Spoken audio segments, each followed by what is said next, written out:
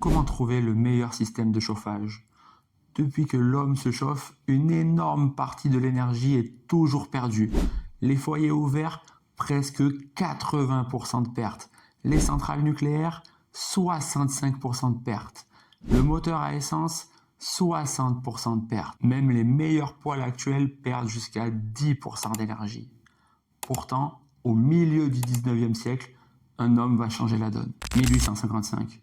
Un ingénieur, Peter von Rüttinger, travaille dans les salines d'Autriche. Son problème, énormément d'énergie est perdue lorsqu'il transforme le sel. À l'époque, on fait bouillir énormément d'eau salée et pour ça on utilise du charbon.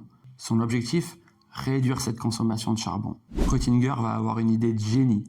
Récupérer l'évaporation de l'eau, utiliser la chaleur pour compresser un gaz et lorsqu'on compresse un gaz, générer à nouveau de la chaleur pour faire chauffer les cuves suivantes. La boucle est bouclée. Pour la première fois, Rüttinger vient de créer un chauffage à rendement positif. 170 ans plus tard, la machine a bien évolué. Elle a maintenant un rendement incroyable. Elle peut transformer 1 watt en 2, 3, 4, 5, jusqu'à parfois 6 voire 7 watts. Et cette machine, vous la connaissez tous, c'est la pompe à chaleur. Les règles du jeu ont changé. Le monde n'est plus limité par les stocks d'énergie disponibles. Mais tout n'est pas si simple. Il existe plusieurs types de pompes à chaleur.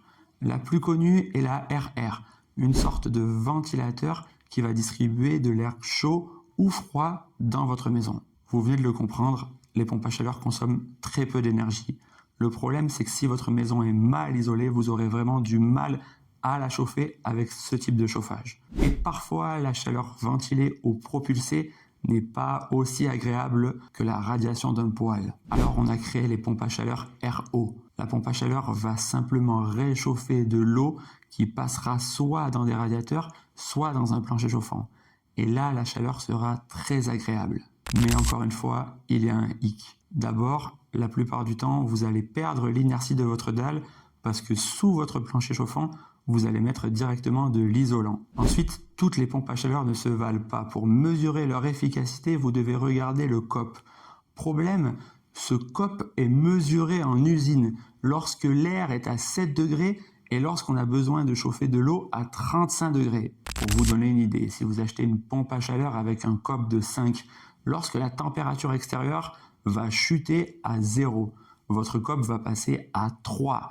Lorsque la température extérieure va chuter à moins 5, le COP va encore diminuer pour atteindre environ 2. Et si en plus vous avez besoin de chauffer votre eau à plus de 35 degrés, ça va s'effondrer. Et si votre COP devient négatif, vous rentrez, comme tous les autres chauffages, sur un système de rendement négatif. Vous le voyez, c'est une technologie très intéressante, mais qui, comme d'habitude, si elle n'est pas placée dans le bon contexte, sera inefficiente. N'hésitez pas à me contacter si vous avez plus de questions, les infos sont dans la description.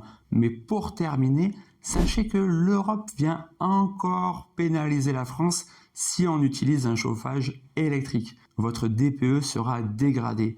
C'est pour ça que si vous voulez une maison de qualité, vous ne pouvez pas vous contenter du DPE. Pour en savoir plus, regardez tout de suite cette vidéo.